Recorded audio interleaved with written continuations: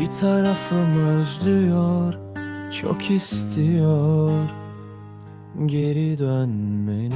Bir tarafım diyor ki unut, seni üzeni bitmez bu ikilem.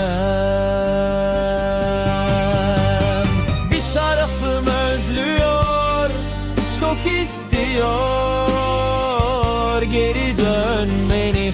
Bir tarafım diyor ki unut, seni üzeni bitmez bu ikilem. Bir tarafım özlüyor, çok istiyor